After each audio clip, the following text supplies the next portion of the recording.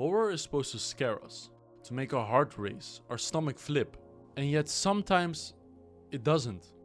Some stories, games, or movies wrap that fear in something warm.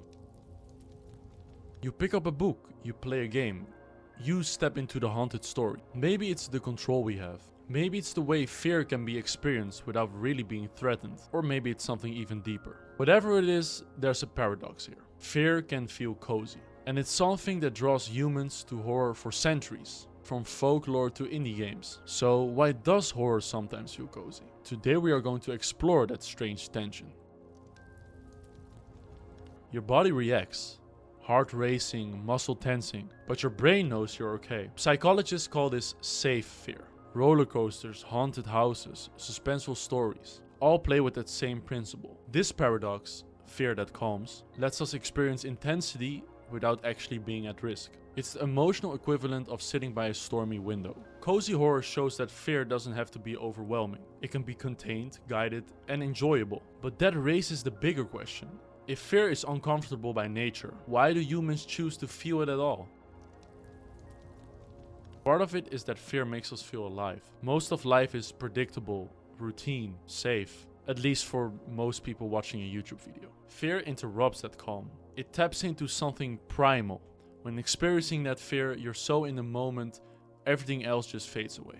It's like our primal ancestors standing face to face with a predator. The other reason is self-testing. How much can I handle? The stakes are controlled. You can pause, step back. The combination of challenge and safety is addictive.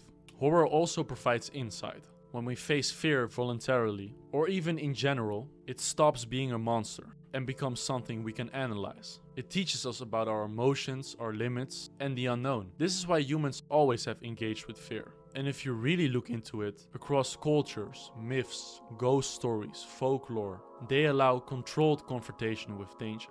It's not only thrilling, it's a way to understand the human experience itself. And if we really get philosophical, the reason why you get up and do all the things you do every day is essentially motivated by the fear of death. Let's say, for example, you're immortal. You probably wouldn't have the same urge to do stuff as you do now, because you know time is limited. And this doesn't have to be the exact cause of why you do things. But it's fun to think about now and then. Are we all driven by the fear of death? Cozy horror often begins in childhood. Those early encounters with fear often shapes how we experience it as adults. Movies like Coraline or Monster House were dark but not cruel. Goosebumps books often thrilled but not traumatized, teaching suspense and curiosity. Games like Luigi Mansion let you chase ghosts through hallways. Eerie but welcoming. Cultural rituals reinforce this. Halloween, for example, transforms symbols of death into playful traditions. These allow children to experience darkness safely. Maybe this is where cozy horror was born. A safe encounter with the unknown. Cozy horror isn't just about stories or games, it's about the atmosphere. The texture of sound, light, and atmosphere shapes the experience.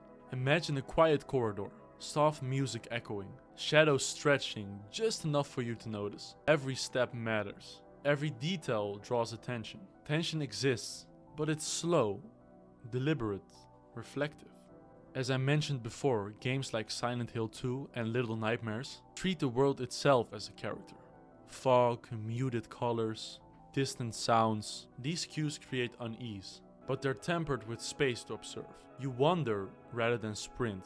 You observe instead of panicking. And you might think, well, Hereditary wasn't cozy. It wasn't really cozy horror. And yes, that's true, because not all horror is cozy. Some experience cross the line where fear stops being enjoyable and becomes overwhelming. Games like Outlast, PT, they give no room to pause, reflect, or observe. Chaos dominates. So it isn't really about how scary is something for it not to be cozy horror, but it's more how much control do I have. When the audience or player can no longer navigate or interpret safely, comfort disappears. The experience shifts from curiosity and reflection to survival and dread. But of course, this is all subjective from person to person. What I find cozy horror, you might find terrifying. The best way to explain it is, take for example a guy who grew up in the jungle. He probably would find it less scary than, for example, say, a city guy would, because he, quote unquote, experienced that darkness. So why does horror sometimes feel cozy? Maybe it's because fear, when guided by our own choices, transforms. It becomes curiosity, reflection, even beauty.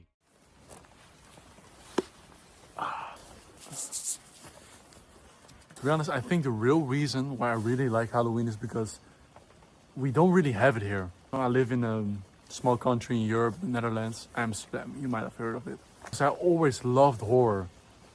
So you Americans are lucky. Here we don't do anything. People already are celebrating Christmas. Even the rich neighborhoods got like no decorations now. The only place you really see Halloween decoration is like stores. Stores, they just want money. They basically advertise every known festival so they can get more money. You know what they say, you always love the thing you don't have. And oh, I wish we had Halloween here. This is crazy. Wait, let me put it on. Can I put it like this? Yo, I got a whole ass setup. My dream is one day to go to like, let's say in New York, and then you have this crazy parade. I saw videos. I even put some in the YouTube video. People go crazy with Halloween. Oh, this weather is crazy. I don't understand why we have the same grimy weather as like in New York or even in London. And we don't do shit here. But unfortunately, it's always better in your mind than in reality. So probably when I go to like in New York, it's gonna be ass. I wouldn't say like ass, but it's not gonna hit like I want it to. So yeah, more Halloween, guys. More Halloween in Europe. It's not even November. And I'm probably gonna put some videos in this. People have like crazy Christmas type of stuff. So guys, without further ado, I'm done with this. This weather's crazy. I'm gonna go home. Can you still see me? Peace.